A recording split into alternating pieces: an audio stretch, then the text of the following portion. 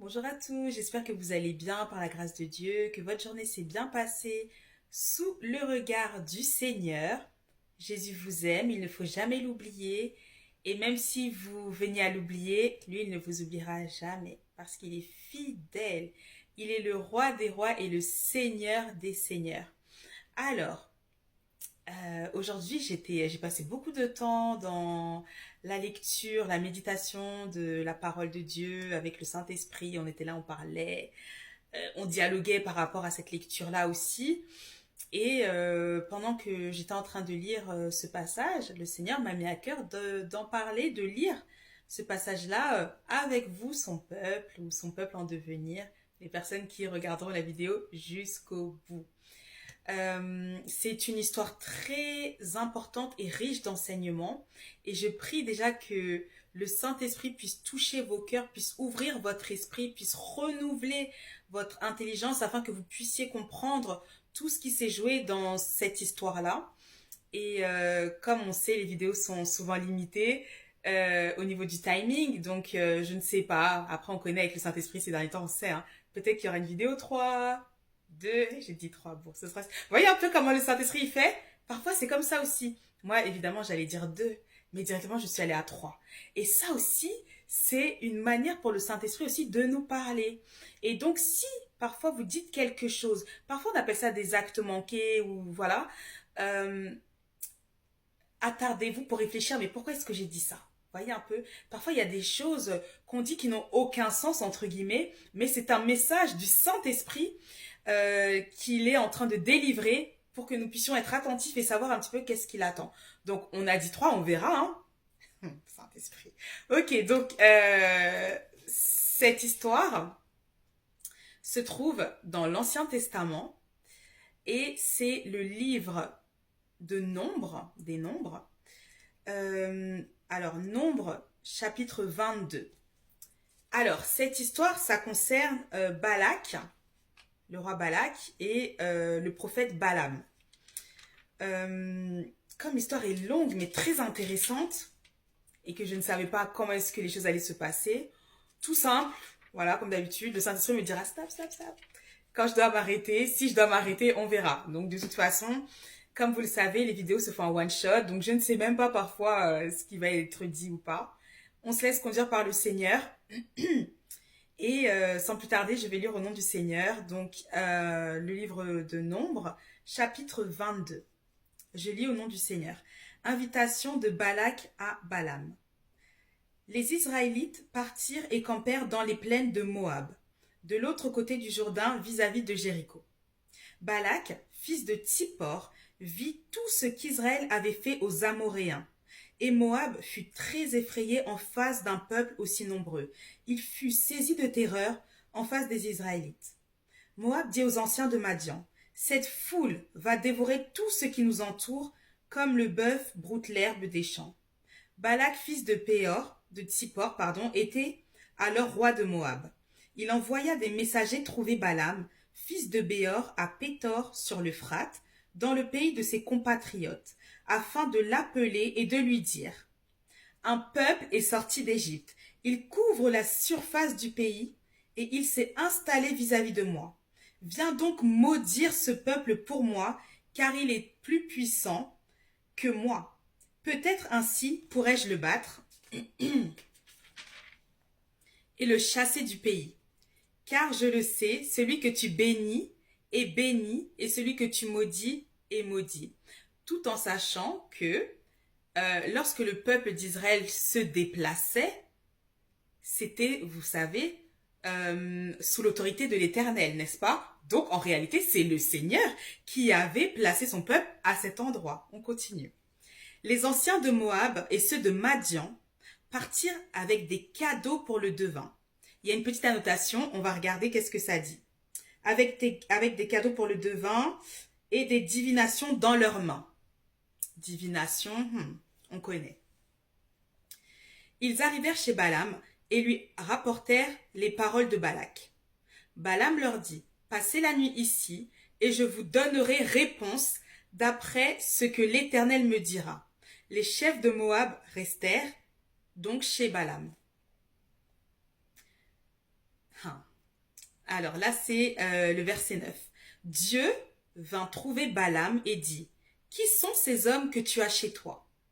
Balaam répondit à Dieu, Balak, fils de Tsippor, le roi de Moab, les a envoyés me dire, un peuple est sorti d'Égypte. Il couvre la surface du pays. Viens donc le maudire peut-être ainsi, pourrais-je le combattre et le chasser?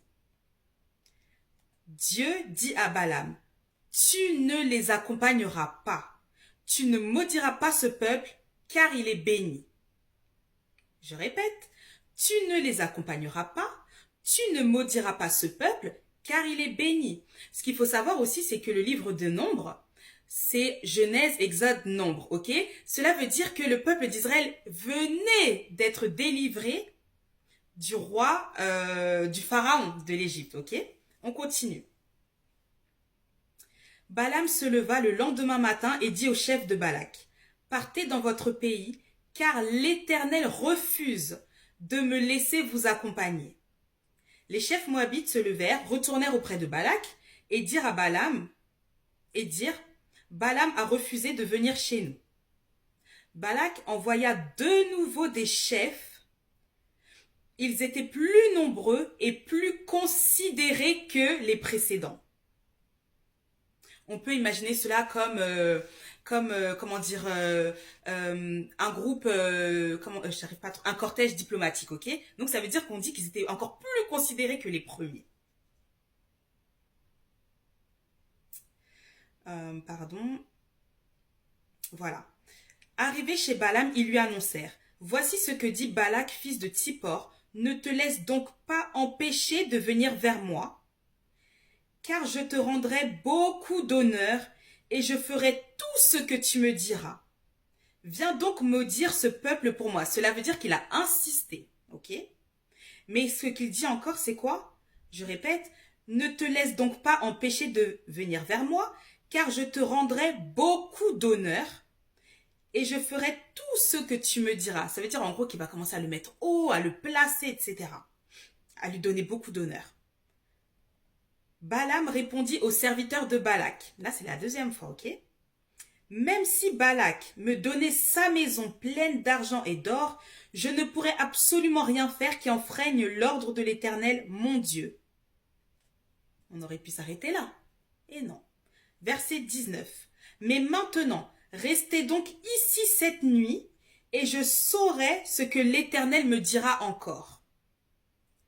Verset 20. Dieu vint trouver Balaam pendant la nuit et lui dit, puisque ces hommes sont venus pour t'appeler, lève-toi, accompagne-les, mais tu feras ce que je te dirai. Je regarde au niveau du timing, je ne vois plus. Ok, il reste quelques minutes encore. Le titre, je continue, l'ânesse de Balaam. Balaam se leva le lendemain matin, sella son âne et partit avec les chefs moabites. La colère de Dieu s'enflamma parce qu'il était parti. Alors l'ange de l'Éternel se plaça sur le chemin pour lui résister. Balaam était monté sur son ânesse et ses deux serviteurs étaient avec lui. L'ânesse vit l'ange de l'Éternel, maintenant nous savons que c'est Jésus-Christ, mais pas encore manifesté sur la terre. L'ânesse vit l'ange de l'Éternel qui se tenait sur le chemin, son épée dégainée à la main. Donc l'ange de l'Éternel était devant sur le chemin avec son épée, sortie de son fourreau, ok? Elle s'écarta du chemin et partit dans les champs. Balaam frappa l'ânesse pour la ramener dans le chemin. Parce qu'en réalité, ce n'était que l'ânesse qui était en capacité de voir l'ange de l'Éternel, donc l'Éternel. L'ange de l'Éternel se posta sur un sentier entre les vignes, bordé d'un mur de chaque côté. L'ânesse vit l'ange de l'Éternel. Elle se serra contre le mur et pressa ainsi le pied de Balaam. Balaam la frappa de nouveau, deuxième fois. L'ange de l'Éternel passa plus loin et se posta à un endroit où il n'y avait aucun espace pour s'écarter à droite ou à gauche. L'ânesse vit l'ange de l'Éternel et elle s'affaissa sous Balaam. La colère de Balaam s'enflamma et il frappa l'ânesse avec un bâton. Verset 28. L'Éternel fit parler l'ânesse, et elle dit à Balaam, « Que t'ai-je fait pour que tu m'aies frappé déjà 3 fois ?» Balaam répondit à l'ânesse, « C'est parce que tu t'es moqué de moi. Si j'avais une épée dans la main, je te tuerais sur le champ. » C'est ce qu'il répond à son ânesse. L'ânesse dit à Balaam, « Ne suis-je pas ton ânesse que tu as montée depuis toujours jusqu'à aujourd'hui? Ai-je l'habitude d'agir ainsi envers toi? » Non, répondit-il. L'Éternel ouvrit alors les yeux de Balaam, et Balaam vit l'ange de l'Éternel, qui se tenait sur le chemin, son épée dégainée à la main. C'est chaud, hein? Il s'inclina alors et se prosterna, le visage contre terre. Verset 32. L'ange de l'Éternel lui dit, « Pourquoi as-tu frappé ton ânesse déjà 3 fois? Je suis sorti pour te résister, car tu empruntes une voie dangereuse à mes yeux. L'ânesse m'a vu et s'est écartée déjà 3 fois devant moi. Si elle ne s'était pas écartée de moi, je t'aurais même tué en lui laissant la vie. » Donc là, ça veut dire qu'il est en colère en réalité. Je répète, l'ânesse m'a vu et s'est déjà écartée 3 fois devant moi. Si elle ne s'était pas écartée de moi, je t'aurais même tué en lui laissant la vie.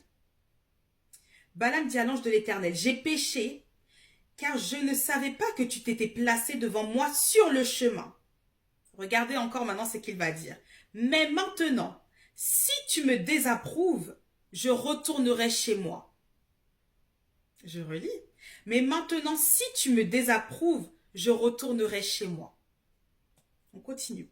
L'ange de l'Éternel dit à Balaam, « Accompagne ces hommes, mais tu te contenteras de répéter les paroles que je te dirai. » Et Balaam accompagna les chefs de Balak. Balak apprit que Balaam arrivait, et il sortit à sa rencontre jusqu'à la ville de Moab qui se trouve sur la limite de l'Arnon, à l'extrême frontière. Amen. Le Seigneur là m'a demandé, d'accord, oui, effectivement. On va passer tout de suite à la partie 2, parce que ça a dépassé largement les 10 minutes. À tout de suite pour les personnes qui seront présentes, et que Dieu vous bénisse. Et vraiment, continuez à réfléchir, c'est très important. À tout de suite, bye.